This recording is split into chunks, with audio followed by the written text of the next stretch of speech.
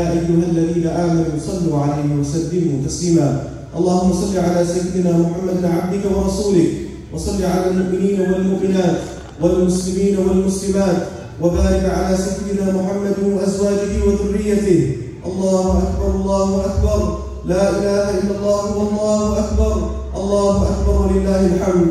قال النبي صلى الله عليه وسلم: أرحم أمتي بأمة أبي بكر رضي الله تعالى عنه، وأشدهم في أمر الله عمر رضي الله تعالى عنه، وأصدقهم حياء عثمان رضي الله تعالى عنه، وأقضاهم علي رضي الله تعالى عنه، وفاطمة سيدة نساء أهل الجنة رضي الله تعالى عنها، والحسن والحسين سيدا شباب أهل الجنة رضي الله تعالى عنهما، وحمزة أسد الله وأسد رسوله رضي الله تعالى عنه.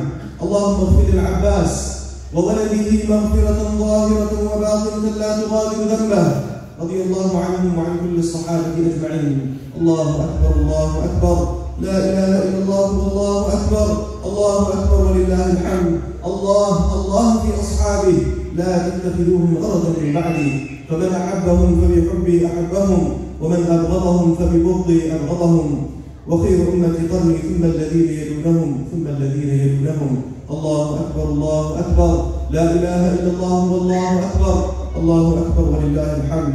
ربنا آتنا في الدنيا حسنة وفي الآخرة حسنة وقنا عذاب النار. الله أكبر الله أكبر، لا إله إلا الله والله أكبر، الله أكبر ولله الحمد.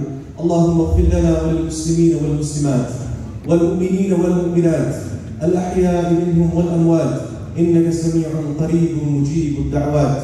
اللهم تقبل صيامنا وقيامنا وركوعنا وسجودنا وتلاوتنا على النحو الذي يرضيك عنا يا رب العالمين. ربنا تقبل منا إنك أنت السميع العليم، وتب علينا إنك أنت التواب الرحيم. الله أكبر الله أكبر، لا إله إلا الله والله أكبر، الله أكبر ولله الحمد.